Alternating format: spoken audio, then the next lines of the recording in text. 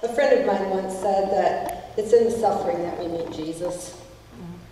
It was this past April that my dad fell and he broke his knee. At 89 years old, his knee was very weak, his bones were weak, and the doctor did not give us a good prognosis. He said that if they did surgery, there could only be maybe a 40% chance of success. He said if we just waited, perhaps the knee would heal, but it might not. So with that, we just prayed together as a family, and we decided to put Dad in a rehab center and hope for a good recovery. During that time, my husband Kirk, he just sensed in his spirit that the Lord asked him to be Dad's main caretaker. So we moved into Mom and Dad's home, and we waited for Dad's homecoming.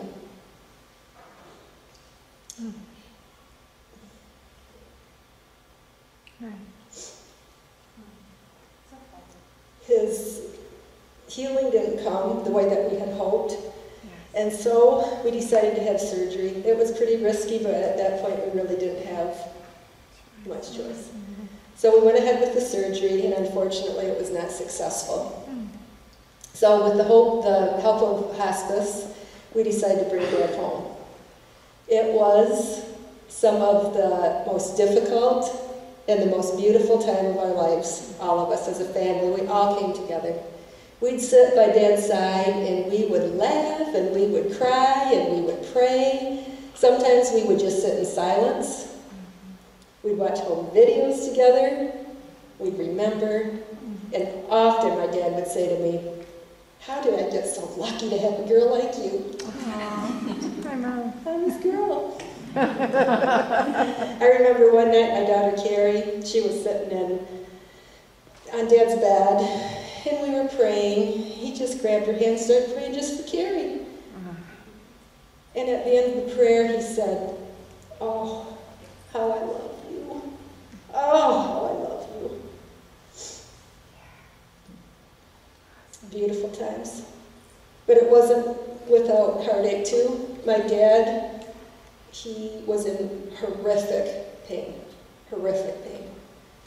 And so all we could really do was just get him medication, sit with him and pray. And we did. My dad, he never complained. Not one time.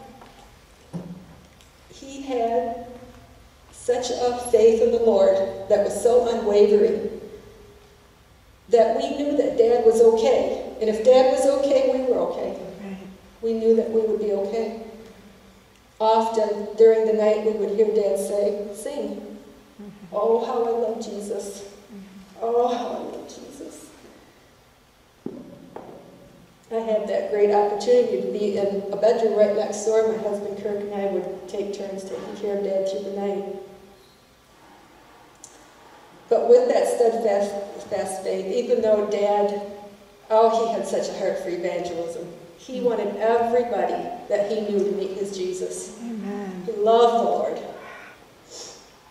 But with that, like all of us, many of us, we have places in our hearts that aren't healed yet. And so quite frequently my dad would hold some offenses and get angered quite easily. I remember a day that a hospice worker came by. He was a chaplain. His name was Brian. And we were sitting in the living room, and he was asking Dad all kinds of questions about his life. And I had that joy of sitting there with a pen in hand, and I was just recording every single story that I'd never heard before. And it was just such a gift to my heart. Towards the end of our time together, Brian said to my dad, he goes, "Bernie, when you come to the end of your life, are you ready? Do you have anything that's unresolved in your heart?" And my dad said, "Well, I'm ready." But then he started talking about a man that deeply hurt him. He was a pastor. Betrayed my dad. He could never get over it in his life. He held on to that offense for a long time. He was so hurt by it. So I said, "Dad, do you think maybe sometime when you're ready, you would like to pray and talked to the Lord about that, and he said, yeah. So Brian went over to Dad, and he says, Bernie, can I pray for you before I leave? And he said, yeah, I'd like that. So he prayed. And then, like my dad, he said to Brian, I'd like to pray for you now. So Brian knelt down by his side, and he prayed. And Brian said, with tears in his eyes, he said, Bernie, I have never had a patient pray for me before. Thank you. Thank you.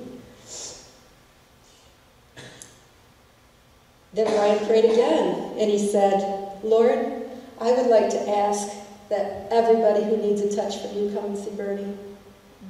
And soon they did. There were elders and pastors and family and friends who came to visit my dad. And when he prayed, it was like the veil of heaven was just pulled back, and the presence of the Lord was in that room like I have never experienced in my dad's life ever. It was like in the end of my dad's life, the only thing left of him was Jesus. It was beautiful. It was early one morning. I was upstairs next to Dad's room, and I had a dream. And in my dream, my dad had on a pair of gray shorts and a t-shirt similar to what he would wear during his time. And in that dream, my dad was maybe 40 years old. He was fit and strong and handsome. And he was laying on the couch in my living room, our living room. My mom and sister were there. And he said to me, Kathy, come over here and help me walk. And I said, Dad, you can't walk. You got a broken leg. He said, get this blanket off me and take this brace off. I want to walk. And I said, Dad, you can't. Well, just about that time, he threw that blanket off, and he stood up, and that brace just shattered into pieces. He walked by me, and I said to my mom and sister, I said, did you see him? And so he goes out, and he gets his coffee like he would always do. And he comes back in the living room, and I said, Dad, you can walk. You're healed. And he goes, well, honey, I can see how important that is to you. And I said, yeah, Dad, it's pretty important. In the dream, I wake up, and I'm thinking, oh, maybe Dad's healed. I go in the bedroom, and I was so disappointed. His hair was standing straight up. He did have on the same gray shorts and top, but he was in so much pain. I said, okay.